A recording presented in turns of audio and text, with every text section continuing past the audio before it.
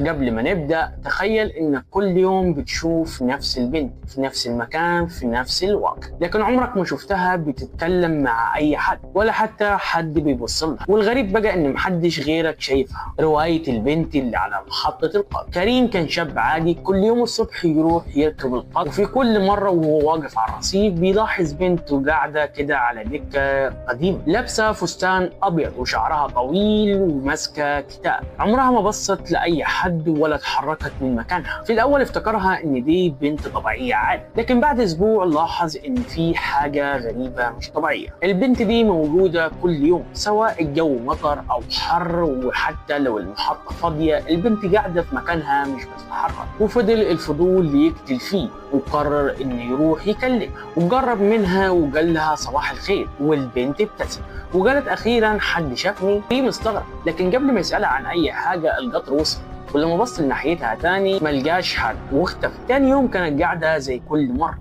فراح يسألها قال لها أنت مين؟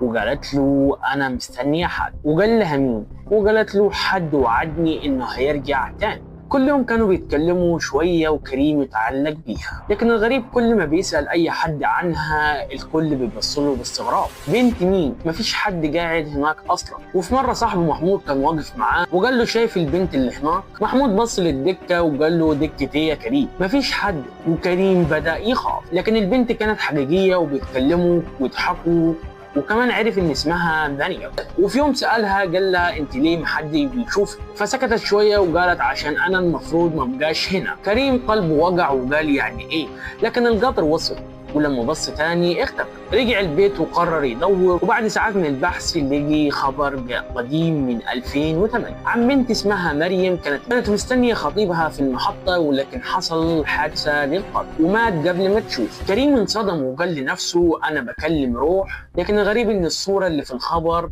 مش هي البنت اللي في الصورة، شكلها مختلف تمام، رغم ان الاسم نفسه كريم بدأ يشك. وفي اليوم اللي بعده راح للمحطة، لكن لأول مرة ما يلقاش مريم. عدى يوم واثنين واسبوع مفيش اثر ليها، لحد ما في يوم وهو راكب القطر قاعد جنبه راجل كبير في السن.